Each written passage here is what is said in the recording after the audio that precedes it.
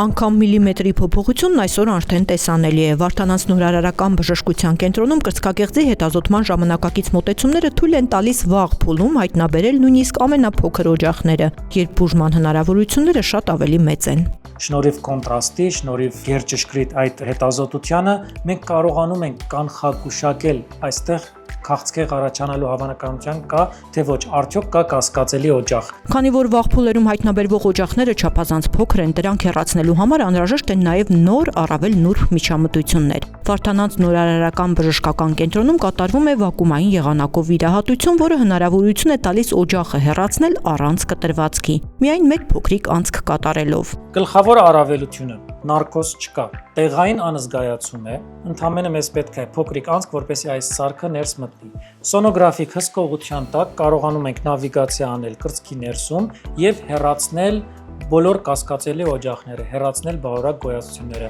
Բարորակ գոյացությունները մինչև 3.5 սանտիմետր չափսի կարելի է հեռացնել, առանց դեֆեկտ առաջացնելու, առանց սպի առաջացնելու եւ առանց հիվանդանոցում պարկելու։ Անմիջապես միջամտությունից հետո կինը վեր կենում է եւ գնում է տուն։ Կախված բարդությունից միջամտությունը տևում է 15 րոպեից մինչև 1 ժամ։ Այս մեթոդը, որը Հայաստանում կիրառվում է միայն Վարդանանց նորարարական բժշկական կենտրոնում, թույլ է տալիս խնայել գեղձը եւ խուսափել հետագա բարդություններից։ Բոլոր այն դեպքերում, երբ անհրաժեշտ է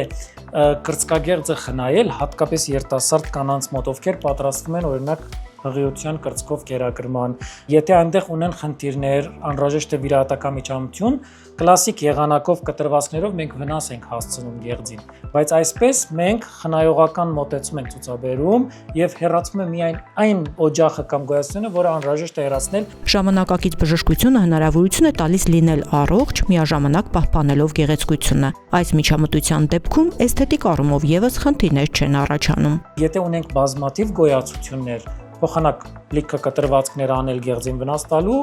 1-2 անցքով կարելի է այդ բազմաթիվ գոյացությունները հեռացնել։ Մասնագետը հիշեցնում է, կրծքագեղձի քաղցկեղը լիարժեք բուժվում է վաղ փուլերում հայտնաբերվելու դեպքում։ Պրոֆիլակտիկ հետազոտությունը կյանքեր է փրկում։ Անկախ գանգատներից կանայք պետք է դիմեն հետազոտման։ 40 տարեկանից սկսած որպես կանոն սկսում ենք մամոգրաֆիկ հետազոտությունները իրականացնել։ Տարին մեկ անգամ։ Ունենք սկրինինգային ծրագիր այսօր հանրապետությունում, որտեղ 45 տարեկանից հետո պետությունը որոշ խմբի կանանց համար տրամադրում է այդ նաև անվճար սկրինինգային հետազոտությունը։ Մինչև 40 տարեկան կանանց դեպքում սոնոգրաֆիկ հետազոտությունն է շատ կարևոր դեր խաղում եւ անհրաժեշտ է գոնե